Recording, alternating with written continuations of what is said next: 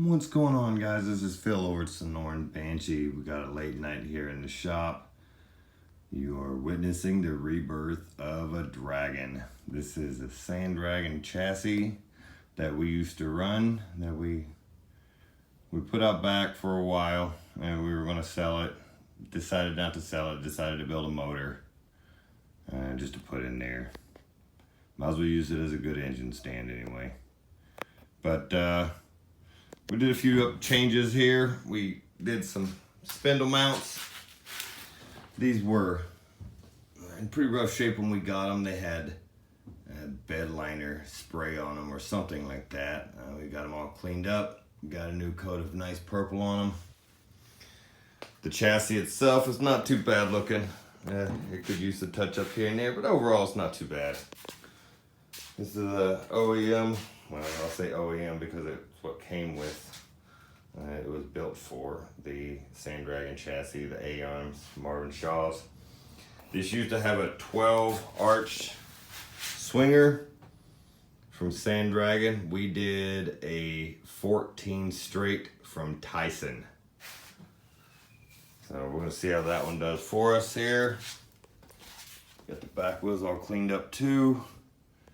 Might as well put a matching set of new bazookas up front.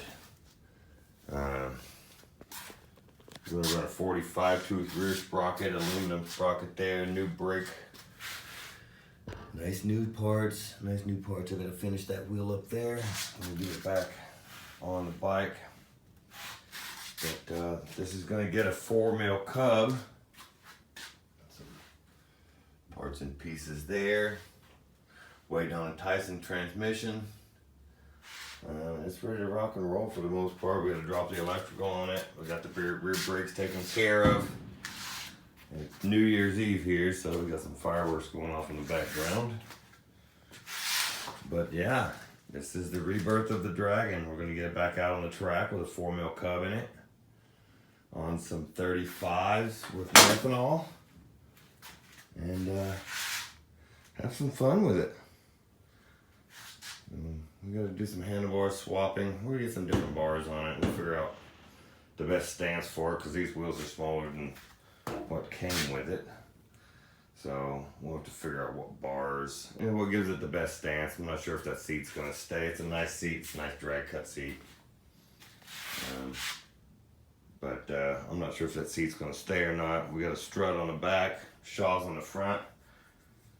So this should let it take off pretty even, pretty straight, and let it handle business. I'll post up a couple pictures here, and all right, guys, we'll like and subscribe. We'll get some more videos out here for you. We'll get this thing together, hopefully when the transmission comes, or I have a good friend that's going to loan me a transmission so we can get it at least tuned, and we got an event on the 7th of January that I want to get this bike out to, so it should be fun. All right, guys, have a good night, happy New Year's, and stay safe.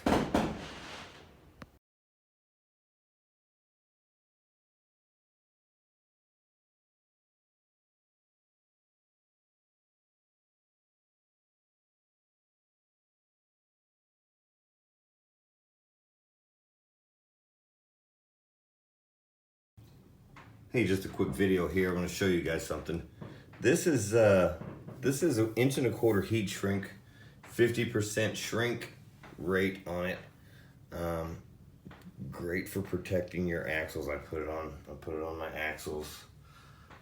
This one actually needed 1.5 inches, but I went ahead and cleaned up this portion here and put a little bit of paint on it. Keeps them from getting beat up.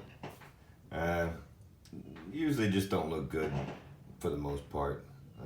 So we just put this shrink tube on here, and it works pretty good, lasts about forever, and I've never had any issues with it.